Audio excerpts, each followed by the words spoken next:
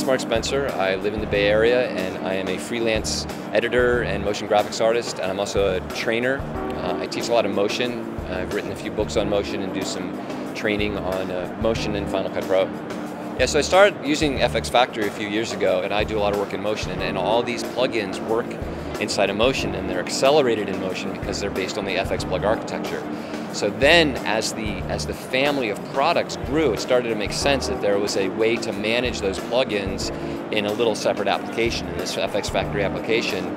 But then when I launched Motion, boom, everything's available to me there, and I can use it right in Motion, right alongside all my built-in filters.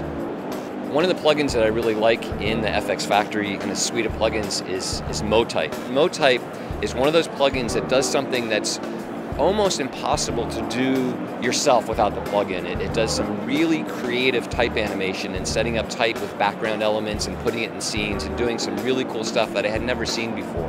So that's one of my favorite FxFactory plugins. One of the interesting things about FxFactory is that it is a platform, which means that it has attracted over time a bunch of other developers who are doing very interesting things. I mentioned MoType.